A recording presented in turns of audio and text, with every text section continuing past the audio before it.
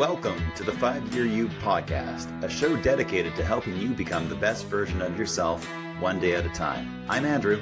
And I'm Kat, and we promise to keep it raw, real, and relatable. Are you ready to grow? Hey, Five Tribe. This episode is all about boundaries, that thing that I know very little about, but Catherine is the expert in. No. And if you've ever been somebody who has tried to grow, tried to change, boundaries are a really big part of this, but they're also probably one of the hardest things if you've been somebody that's been trying to please everyone around you and do everything for everyone else. I'm Andrew, and with me always is Kat. Welcome back, Kat. How you doing? I'm good. So sad to miss last week. If you're new here, we've done, well over 100 episodes, and I've never missed one, but so sick. Yeah. There was no way you were doing it. You're like, we can try. Like, no, I'll go on and do it. And everyone should thank you. Andrew for doing it. I was like, I guess we could, republish an old one so I don't miss. And he went on it alone. And so I am back. Yeah, it was a good growth moment for everything. And I'm grateful to have you back. I didn't mind doing the one on my own, but it is a very different type of episode when you're just talking and nobody laughs at your bad dad jokes. It's really, really challenging. So... Well, we're back. Let's just talk. Thank goodness. Well, we're back. Yeah. So here's the thing. Growth doesn't last without protection, right? You have to protect this new version of you that's emerging. And it doesn't matter if you have the right, if you know where you want to be, if you have the habits and you're doing all the things mentally, if your environment is continuously pulling you out of alignment of that because you don't have boundaries on this, you're going to keep resetting back to that old version of yourself. And we really want to kind of get into all of this because honestly, this is one of the hardest things I have had to do is set boundaries. And I know I was joking that you're better at it than me, and I think you are. No. But I mean, you've had a little more practice with it. I feel like this is a challenging one. This is such a challenging one. I think it's good to talk about what boundaries actually are because this is becoming a buzzword. More people are talking about it. More people are doing therapy. Millennials, Gen X are way more pro therapy than previous generations. And so I think a lot of people are learning what it is, how to do it. Very difficult to do because the problem with boundaries is that we often have to put them up with the people we are closest to or the people that we work with daily or our kids. And because we have to interact with all of these people so often, some at an intimate level, we live with them, whatever, it's very, very challenging. So boundaries are something that we do for ourselves. When you set up a boundary, it's not a wall. It's not a punishment. It's not your way of controlling others. Boundaries are an act of love towards yourself.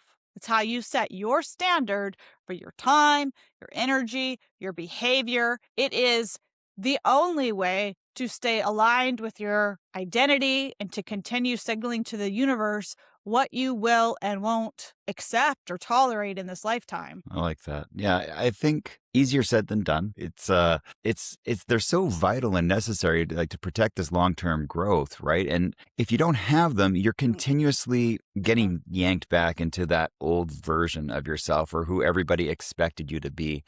And I've been coaching some friends on this. I know we have our coaching clients too that also get this, but just I find in general when somebody wants to do something, it's hard enough for you to change with yourself. It's hard enough to get that clarity, to do our 5-week program and be like, yes, this is where I'm going. And to do that and take action is monumental in its own sake. But then to have that circle of influence around you pull you back is going to be probably the most detrimental thing to your growth. So these boundaries are really, really key. Yeah. And I would like to talk about, why it feels so hard to do it. And I mentioned that it's because you're close to people. But I also think that most of us want to be liked in the world. Most of us want to get along with our spouse, it's a survival our thing. kids, our parents. I mean, most of us, want to be on good terms with, a boss, a spouse. And there's a lot of fear that comes up. It's like, well, if I say this, am I going to hurt people's feelings? Are people going to think I'm difficult? Am I going to get rejected or someone not going to turn to me because of it? Is this going to cause a fight? Am I going to lose my label of being nice and easy and be considered, like you said, difficult or hard or challenging because I have to set this boundary for myself, for my own preservation, my own growth? And I think a lot of guilt comes around that. Like I know when I do it, I don't walk out of these things feeling, oh, I've just set a boundary. Look at me. It's, I hope I'm still friends with this person after this, or I hope that, like they're not too upset. I think it's a very, very common thing. It feels incredibly hard. Yeah, I think it would be good to share some examples of boundaries, because if someone maybe heard in therapy or someone's being encouraged to learn about boundaries, I have to go back to thinking and learning about it for the first time. Like, what does that even look like? So I don't know if you have an example off the top of your head. I can think of a few. I think an easy one is your nighttime cutoff, right? Where it's, I don't take phone calls after this time, or, we're not having hard conversations after a certain time or anything like that. And I think that's a really positive one to have for growth. But there's always that friend that's you have a 9 o'clock cutoff, and 9:45 they're texting you expecting a response right away, or they're calling or whatever. So even like a time boundary like that can feel really hard, because it feels like you are telling that person you're not as important as you used to be. You need to wait. But what's actually being said is, I need to go to bed at a certain time and stop looking at my phone because it's terrible for me. So this is what's going on. This is why I'm doing it. Yeah. And that is a good example because, as I said, boundaries are for you.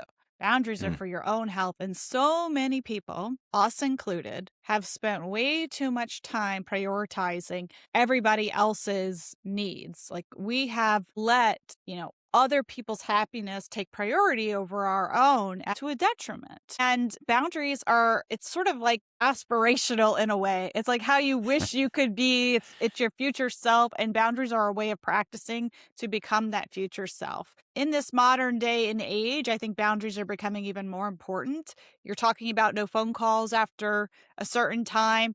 I'm thinking about, I remember telling you don't have to answer people back right away. Like, it's okay to Just sit. gonna twitch on that one for a second. Go on. No, but it's hard because let's say everybody knows that when you text Andrew, he'll text you back. That means he is like reliable and steady, and you can always count on him. And all of those are really good things. But when bad, but when it's bad for Andrew, is like, Andrew has to work. He has to sit down. Like, a lot of our work requires like deep focus and creativity, and it's really hard to do that if you have constant texts and notifications and you're known as that guy that always writes back. And so for us, a lot of times when we work, the only people that can text us or call us are our kids or each other. Each other and the kids, that's it. And that's it. Well, because we need to know if the school nurse calls or if they need something or they need to be picked up or whatever. We are still taking care of young humans, and that is part of the deal.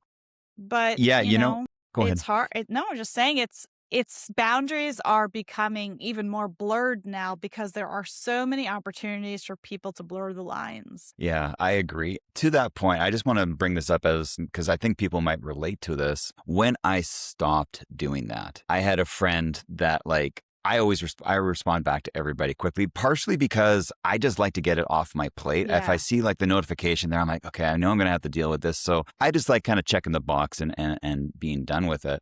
But I had a friend that he would never get back to me when he wanted to. It was sometimes an hour, sometimes it was days, but he always expected me to do that. And finally I was feeling guilty about it. Then I had that recognition that, they're not responding to me the same way. I'm not being treated the way I treat them. So I'm going to treat them the way they're treating me. And it's not great policy in life, but when you're setting a boundary, sometimes you need to take a different vantage points, different viewpoints to understand that this is okay to do because you might already be treated that way in what you're doing.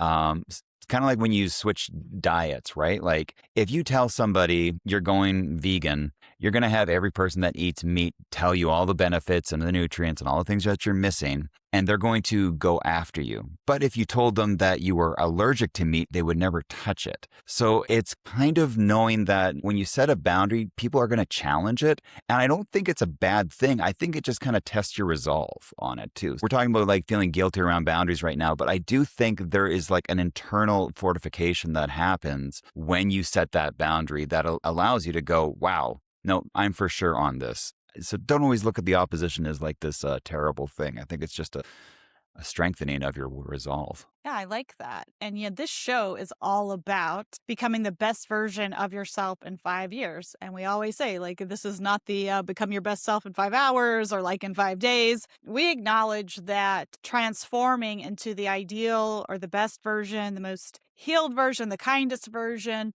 the most well off version of yourself, it's going to take time. And that's because of lessons and skills just like this. And so if somebody, let's say you're like just trying out the boundary thing for size and you're always the reliable one, or you're always the one that does the dishes after family dinner or whatever. I mean, we can go in all kinds of different directions. That is the version of you. Maybe you want to change. It's going to feel uncomfortable. But every time you abandon a boundary, every time you put your own needs aside, you're reinforcing your old identity. And that comes with a cost. Without boundaries, you lose energy, you lose time, you lose clarity, you lose self-trust, you lose control over your life. If you don't set the boundary that, sorry, your in-laws can't just drop in at your house whenever they want and have a key and come in. If you don't set the boundary, that's a piece of your life that you're giving up. Yeah, there's a huge cost of not setting boundaries for sure. I just wanted to kind of address that guilt too. It's like if you are having that guilt when you set the boundary, it just means you're doing something different. It's not something, you're not doing something wrong. It's like you're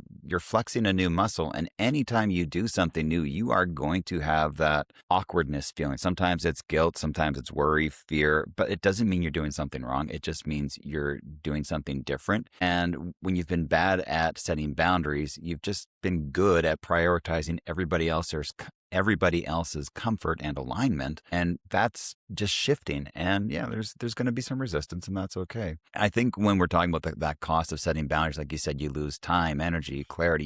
You lose that self-trust in yourself, which I think is almost the worst thing. We work with our clients a lot on this, where they have gotten so used to not keeping their word to themselves that they almost need a complete reset at times, where it's, you need to know that your word is the law when you say it to yourself and to your friends, but until you believe it, they aren't going to. It's just not going to happen. So starting with a small boundary might be the easiest way to do that. This is a self-trust exercise. This is a confidence exercise, because what stops most people from setting the boundary is, what are people going to say about me? If I set the boundary and say that my sister, my in-laws, my mom, whatever, can't drop in on my house, well, they're going to talk about me, and they're going to say I'm difficult. And they're going to say I don't want to be a part of the family, and I don't want to have a close family, and I'm this, that, and the other. And we coach people on these issues all the time. And what we tell people is, it's okay for people to be wrong about me. Yeah. It's okay for people to get it wrong. It's okay for them to have an opinion about me that's incorrect. It's not my job to convince them otherwise. That takes a significant amount of confidence and self-trust. And that's what we do in coaching, as we work with people to build that confidence, to finally see themselves as a valuable and worthy human being who gets to do what they actually want, their heart's desire, and not spend their life trying to please other people. I agree. I think the thing I've always thought about, and just doesn't apply to boundaries, it applies to just doing anything, is when you say yes to one thing, you are effectively saying no to countless other things. And you need to keep that in mind. So if I'm saying yes to the late night calls, I am saying no to a good night's sleep, to proper mental health, to feeling restored rest, and all these other things. And so just balance that. Ask yourself that when you're setting that boundary, so you understand on a deeper level why I am doing this. As an aside, Mom and Dad, no, you've never dropped in, and No, it's we're not totally talking okay. about you. We're not talking about you. So, No. because we know they listen to the show and they're like, do we do that? No, you've never No. done that. I've actually never had in-laws drop in. I'm thinking about a client and I'm like, ooh. Yeah, I know. It's so hard, right?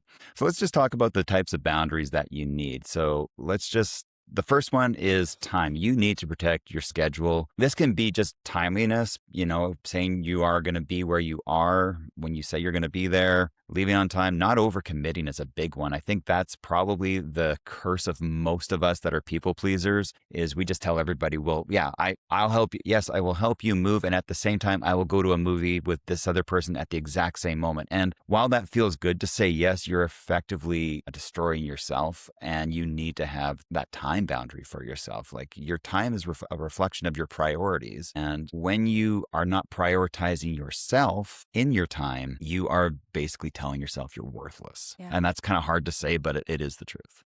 That's an important one. Time is our most limited resource, and it kind of leads me to the next one, because needing to put boundaries on your time also protects your energy, right? I don't know if everyone listening knows the term like energy vampire. It's like we all have that one friend where you're like bracing yourself. You're like, okay, it's like, I know that there's going to be. How are you doing today? It's pretty dark out, isn't it? That's a weird. Yeah, that's. That was a good voice, right? That was like really good vampire. That wasn't the adjective I was going to use, but yeah, I'll just nod.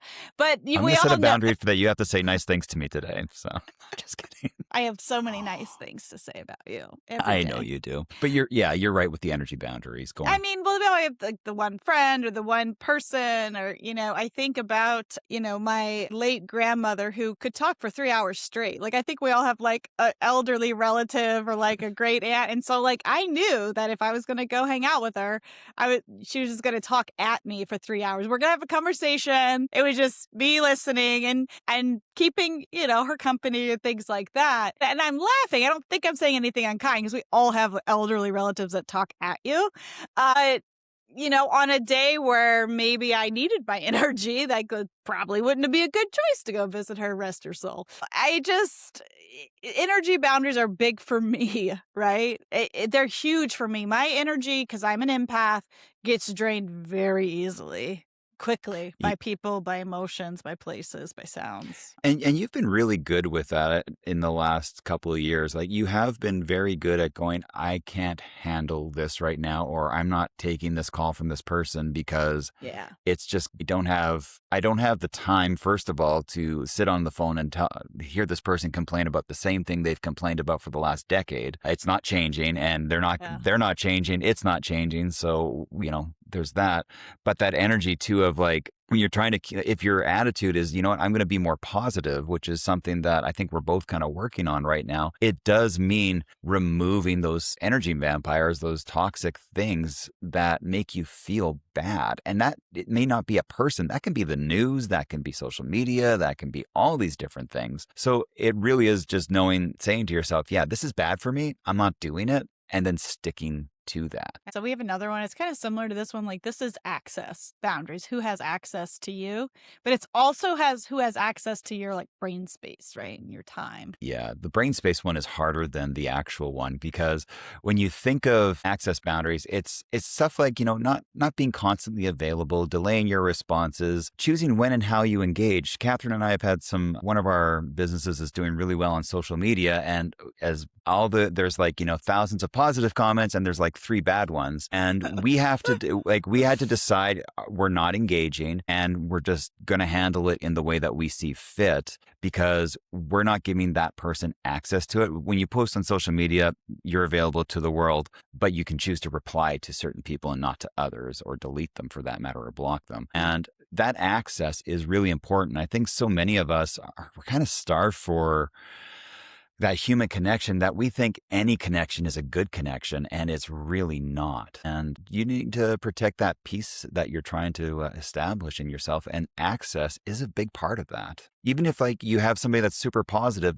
you don't have to give them access to you all the time. It's just, it's your balance. It's what's right for you. Yeah, I'm very big on teaching our clients about mental space and who deserves to be there. I mean, some of us, right, we ruminate over specific problems and people, or we replay old conversations in our heads, and there's, past hurts that continuously come up. And it's like, you have to ask yourself, you have so much time in a day, so much mental space. Who deserves to be there? Who deserves to have you think about them? Because your time and your mental capacity is valuable. You are valuable. You're a thoughtful, kind person, dear listener. And if people are taking up your mental space that don't deserve to be there, then it's time to start setting some boundaries in your own head. Yeah, if I've always told myself, if they're not paying you rent to live in your brain, they don't deserve to be there. So when I ruminate on someone or something and I'm like, I'm not getting anything out of this, it's Right. just a matter of training your brain to shift away from it. And it takes a bit of practice, but it does get easier. So the next one I think is the hardest one, and that's the identity boundaries, because that old version of yourself is going to pull you back. And identity boundaries are all about protecting who you're becoming. So that means, dear listener, not participating in the old habits that you want to get rid of. It means speaking differently about yourself internally and externally. We can all say like, oh, I'm doing better, but it's the thoughts that are going to be the harder one.